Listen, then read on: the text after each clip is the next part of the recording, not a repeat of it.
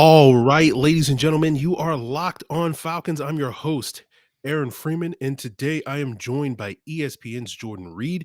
We're going to get his thoughts on what the Falcons draft plans should be at the top of the draft, as well as some of the risers and fallers from this past weekend's combine.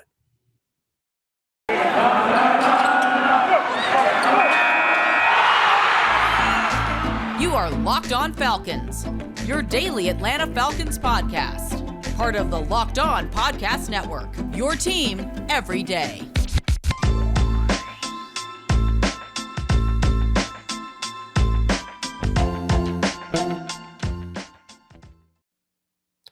So, everyone, you are Locked On Falcons. Of course, I'm your host, Aaron Freeman. Been covering the Falcons for many years, formerly at falcfans.com, RIP. Still going strong on Twitter at Falcfans, writing weekly content at the Falcoholic, the SB Nation website for the Atlanta Falcons, and of course, the host of this illustrious Locked On Falcons podcast, your daily Atlanta Falcons podcast right here on the Locked On Podcast Network, your team every day.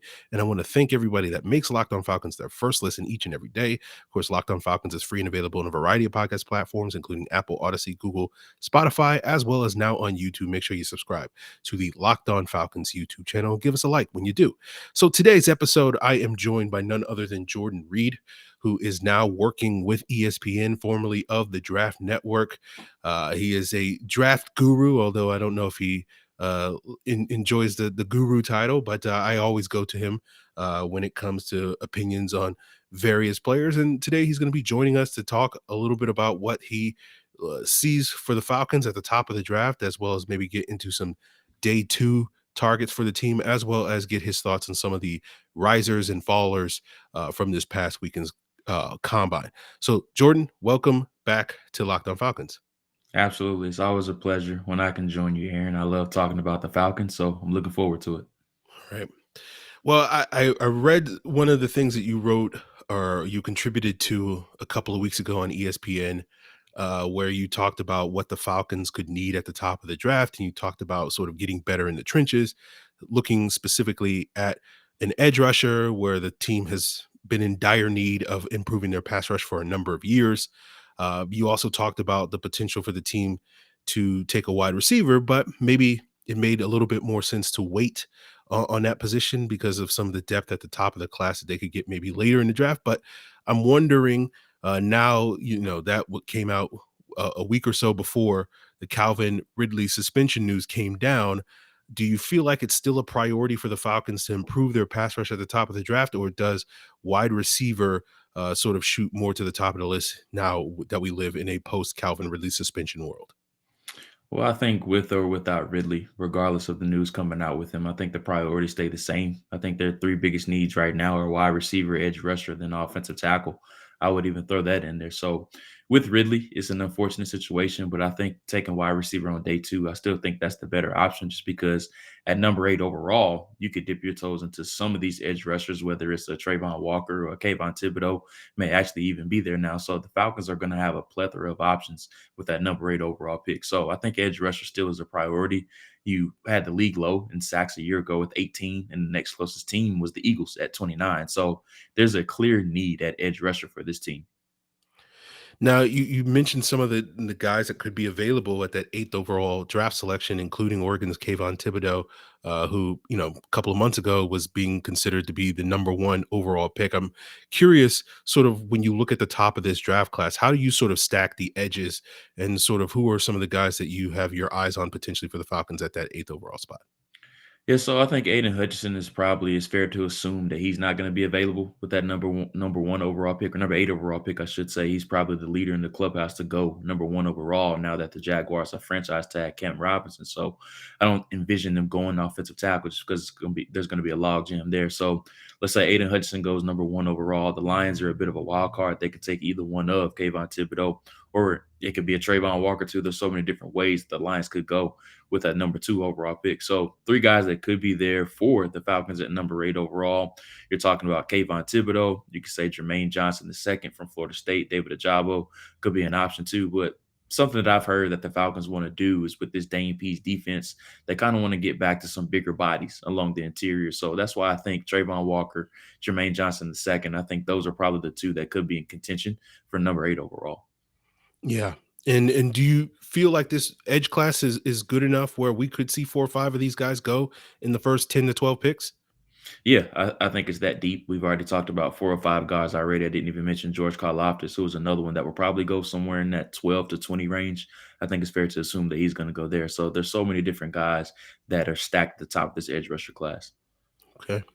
Well, we will switch gears and talk a little bit more about one of the big names on the interior of the defensive line when we get into the conversation here with Jordan Reid about some of the combine risers and fallers. And of course, I'm talking about Georgia's defensive tackle, Jordan Davis, who quote unquote blew up the combine this past weekend with an impressive 40 time. We'll get Jordan's thoughts on him as well as some other players that could be rising or falling down the board on the defensive side of the ball. But before we get into that, guys, it is March. And, while that means for the NFL, it's time for free agency, but March is better known for a time of year where madness descends upon us and college basketball's tournament is finally here.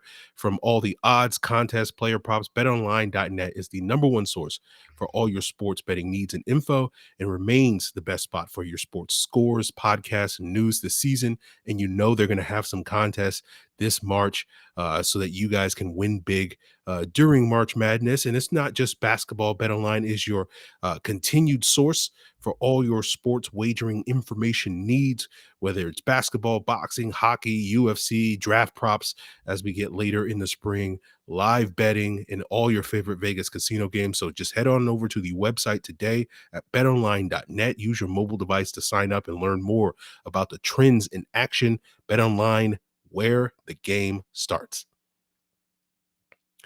So one of the more impressive things that we saw this past weekend at the Combine was the incredible 40-yard dash from Georgia nose tackle Jordan Davis.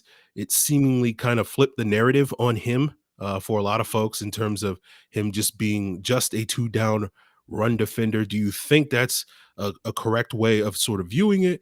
Does this sort of firmly solidify him as a top 15 pick, and potentially could we see him climb into the top 10 in this year's draft? I still think his floor is the Chargers at number 17 overall, and this is what happens every time of the year. This time of the year, Aaron, honestly, just because there's always that one prospect that the media and the NFL actually differentiate on, and we've seen it with plenty of players in years past. And I think so many people got caught up on Jordan Davis being a two-down player, which is fair. He only played on 18% of the snaps, but something that a lot of people really aren't thinking about is that they had Devontae Wyatt, who's probably could be the first interior defensive lineman taken, but also they have a player named Jalen Carter, who's probably going to end up being a top 15 selection. We'll be talking about him a lot this time next year. So I think it was just a situation of where they just had two better players along the interior that they knew that were just more natural penetrators than him. So it wasn't a knock against Jordan Davis, but they just felt like they could consistently generate more pressure with those two guys. So I don't think it's a situation of where Jordan Davis doesn't have any third down value. They just had some better players at that spot that they thought could get better production at those situations. So I think Jordan Davis can play on third down on the next level, but it's just a situation of, I mean, we've all seen how loaded that Georgia defense is, but he was just at the player at the bottom of the totem pole as far as third down production. But I mean, I wouldn't say his combine was expected, but you can see it on tape as far as just how well of a mover and how well of an athlete he is at that size. Now, I wasn't expecting 4.78 at that size at 6'6", 341 pounds. I don't think anybody was expecting that. I was expecting low 4.9s or low 5.0 or somewhere in that range. So him going out and hitting those numbers, I just don't see how he makes it past the Chargers at number 17 overall. Yeah, I would imagine one of the things I talked about earlier this week was even if you still have question marks about Jordan Davis's pass rush ability with that level of explosiveness, you're willing to bet on the Yeah. potential upside there if you can sort of develop it in the future. So he's a guy that's certainly rising up from the combine. But let's talk a little bit about some guys that may not have necessarily come out of the combine looking great. And we're looking at the cornerback position. Of course, Sauce Gardner had a good combine, I think sort of solidified himself as potentially the top corner in this draft class. But I look at some of the other guys that were often put at the top of the class, like Trent McDuffie and Derek Stingley, and didn't necessarily measure to have the sort of length that we typically are accustomed to seeing from cornerbacks in round one. We saw something similar with Roger McCreary out of Auburn when he measured in at the Senior Bowl with sub 30-inch arms. Do you feel like NFL teams are going to hold it against some of these guys that don't necessarily have that length? And does it open up opportunities for someone like Clemson's Andrew Booth to potentially leapfrog some of these guys up on teams' draft boards? Well, the arm length will be concerning to some teams, especially whenever you're under that 30-inch threshold. Teams are automatically going to put you at nickel just because arm length is so prevalent, especially at corner, just because we're talking about situations of where it's a one-on-one league. And sometimes quarterbacks love throwing to situations where their best guy is two-on-one. So, like Aaron Rodgers with Devontae Adams, arm length is very important at the wide receiver position. So, whenever you have that length at cornerback, it's always a great thing, but it's not necessarily a requirement for a whole bunch of teams. But whenever you hit that 30-inch threshold, it's kind of like you're able to be an outside corner. But if you're below that, it kind of gets a little bit alarming for some teams. And we saw it at the Senior Bowl with McCreary. He basically played nickel the entire time when he was there. So that just kind of shows you where NFL teams really view him. And he didn't have a whole bunch of snaps inside when he was at Auburn. He predominantly played on the outside. So, and I thought he held up fine on the inside. And that's something that some NFL teams are going to view him as, just because he kind of has that compact build. And even though he came in at just under 6 foot, which is okay for a corner, the arm length is going to be definitely alarming to some teams. Now, McDuffie is a little bit different just because I think he has a little bit more length than McCreary, but I think his tape is a little bit more consistent as well. So there's going to be some teams that have McCreary as strictly a nickel corner, while I think more teams are going to have McDuffie, and they feel as if they can cross-train him inside and outside. And I'm curious, sort of where do teams value that, right? We spend a lot of time talking about how it's a passing league, and 11 personnel with 3 wide receivers is such a valuable. Teams are playing nickel 60-70% of the time or more. Are we going to start to see teams saying, okay, well, maybe this guy may be a little bit limited in terms of playing inside, but that's still very valuable, and still see some of these guys drafted highly this year? There's just this weird thing about the NFL draft, and that nickel corners are a starting position. Everybody can agree on that. But for whatever reason, teams don't take strictly nickel corners until like the 4th round. Like there was a guy a couple of years ago. His name was Amika Robertson. He was out of La Tech, and I'm not sure if you remember him or not. But Mhm. I thought his tape was exceptional. Like I would have took him in the 2nd or 3rd round, but he was smaller. He didn't have long arms, and he was strictly a nickel corner. He didn't go into the 4th round. So there's just like this golden rule in the NFL of where they don't take strictly or just nickel corners until the 4th round. And McCreary and McDuffie are going to go way before that. But just talking about how the NFL places a premium as far as a starting position at nickel, but for whatever reason, they just don't take those guys until the 4th round. Okay. Well, speaking of waiting till the 4th round, we'll get into maybe some day 2 targets for the Falcons. Some guys that Jordan thinks make a lot of sense for this team when they have 3 picks on day 2 in rounds 2 and 3. And we'll get into that as we continue today's Locked On Falcons. But before we get there, guys, I do want to plug the Locked On NFL podcast, which you can find on all the same podcast platforms, including on YouTube, that you find Locked On Falcons. And of course, as we wrap up, go through this next week of a lot of big moves. We've had big quarterback trades this week. Of course, you want to check out what the guys on Locked On NFL are saying about all those things, as well as what's going to be coming down the pipe as other players, big name players, are changing teams over the next week or so. And of course, you can find Locked On Falcons or Locked On NFL on Odyssey, Apple, Google, Spotify, as well as YouTube. So, Jordan, who are some of the day 2 targets that you think make a ton of sense for the Falcons? We spend so much time talking about the 1st round pick, who's going to take at 8 and whatnot, but maybe a couple of guys that you sort of look at and you're like, that guy would be a perfect fit for the Falcons, where they're picking, with 2 picks in round 2 and then another pick in round 3. So who are some of those guys that you're looking at? Yeah, so I'll just stick to the Falcons' needs, and I'll go with wide receiver first. And I think this wide receiver class is loaded through the first 3 or 4 rounds. And I think a bunch of them obviously are going to go in the 1st round. We could see 4 to 5 guys be picked in the 1st round or even more. But I think day 2 and day 3, that's really where that's kind of been the golden spot for wide receivers. And even going back to years past with Deebo Samuel, A.J. Brown, DK Metcalf, we've seen a bunch of productive receivers come out in the 2nd round. So 2 names that I really have circled for the Falcons. The first one is Christian Watson from North Dakota State. He's one player I've really been surprised by throughout the pre-draft process. About 6'4", 215 pounds, tested out of the roof at the combine, and I thought he was the best wide receiver at the Senior Bowl. So Christian Watson is one name I definitely would keep an eye on. But if you're looking for a long-term bet that I think could be a really good player for the Falcons at the back end of the second round would be John Mechie III from Alabama, and he's coming off the ACL injury. But I think he's one of the best route runners overall in this class. He has really strong hands, and then he just got better and better as his career went along at Alabama. He had to wait his time a little bit just because Alabama is so loaded at wide receiver. But if you're looking for a long-term bet that you have to be a little bit patient with, I like John Mechie III out of Alabama. And then on the defensive side, I'll just stay with cornerback.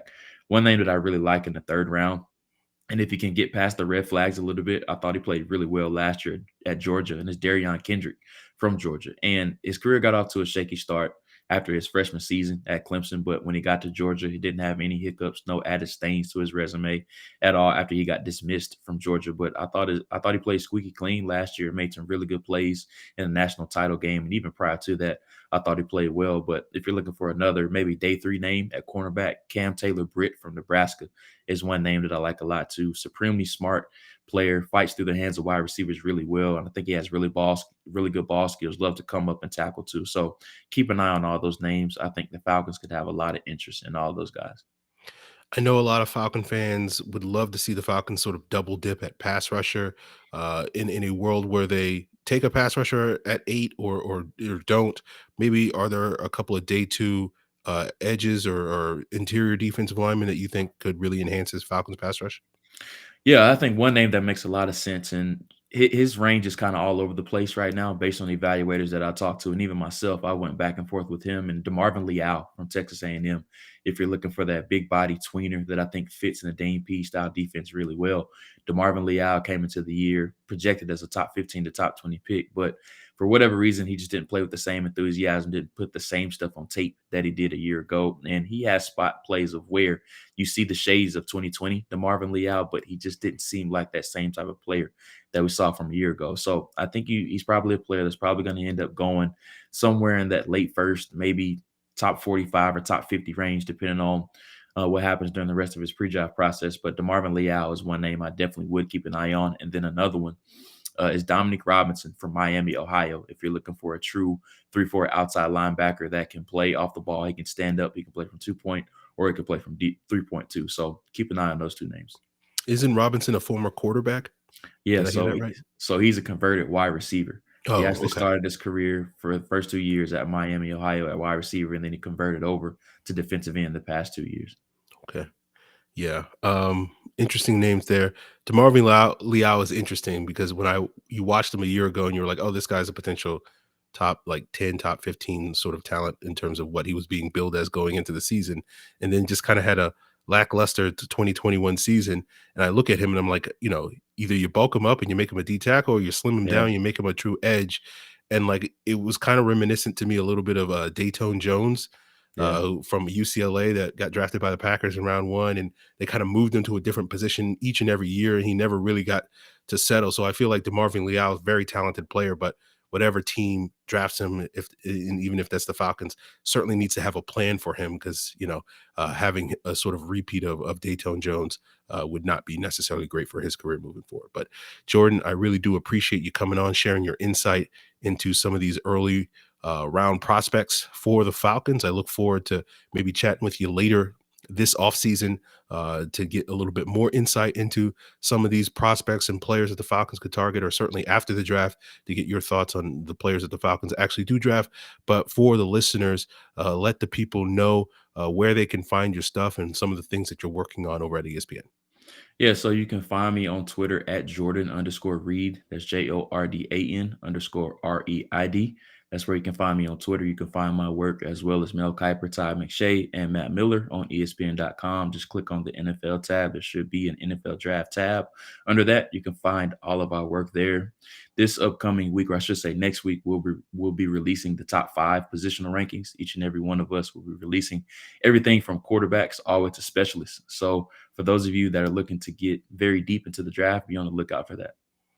It's very interesting that ESPN has long been this sort of two-headed monster when it comes Yeah. to the draft, and to add, 2 guys like you, Jordan and Matt Miller is a very interesting move for them. And I think a very good move for them to sort of expand their horizons and get some more additional insight. I think both of you guys are two of the best in the biz and two of the more insightful people. So kudos to the folks at ESPN for recognizing that. And congratulations on the new gig, certainly moving on up in the world. But I appreciate you joining us on today's Locked on Falcons. Look forward to future conversations that we can have. And I appreciate it, my friend.